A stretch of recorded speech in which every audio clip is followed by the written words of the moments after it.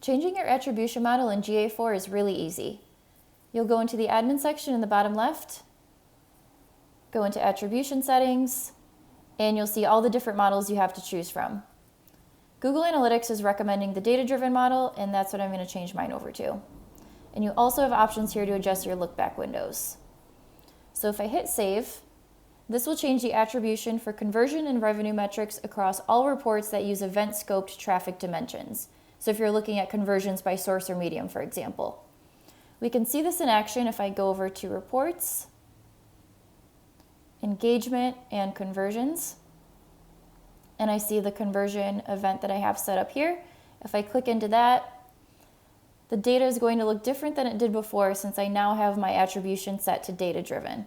So the conversion credit is distributed differently across these sources.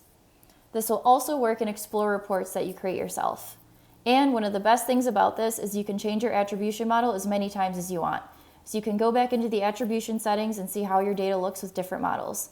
It's very flexible and you don't have to commit to one. Happy attributing!